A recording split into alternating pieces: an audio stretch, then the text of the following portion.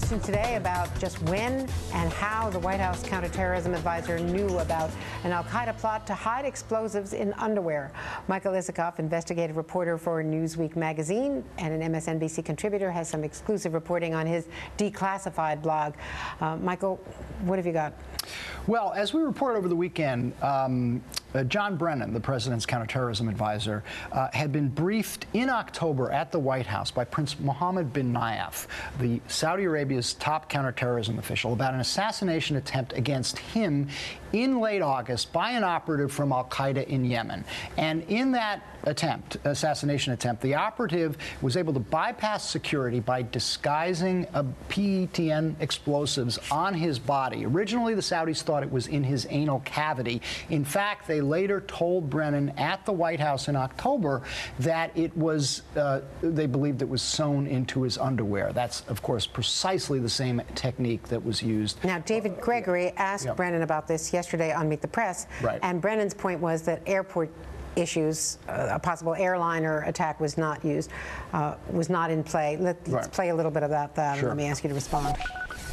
I think what you're referring to is the attempted assassination against Prince Mohammed bin Nayef in Saudi Arabia by, in fact, an individual who had concealed on his person PETN, the same explosive used by Mr. Abdul Muttalib. That information was provided to us by the Saudi government. We disseminated that information broadly. There was no indication, though, that al-Qaeda was trying to use that type of attack and that modus operandi against aircraft.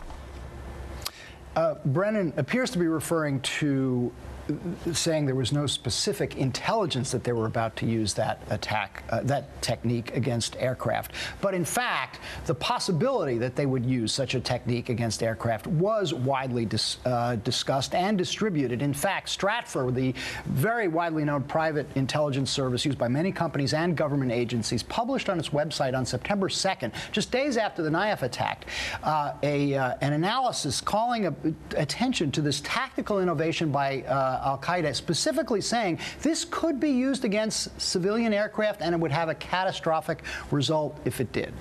Let me also ask you about something that has just come out from Homeland Security. The Secret Service now acknowledging that yet another uninvited guest got into that state dinner for the Indians. Yes, my old colleague Ron Kessler appears to have just broken this story on Newsmax about the Indian delegation, Indian embassy, inviting somebody to the dinner who was not on the guest list. A lot we don't know about this yet, a lot of the details who the individual was, but it does underscore the fact that, we haven't had a complete accounting of what the breakdowns were by the Secret Service in that during that state dinner. We haven't had a full report. There was very vague testimony from the chief of the Secret Service, but no real explanation of exactly how the Salahis were able to get through security, and now we know a third person.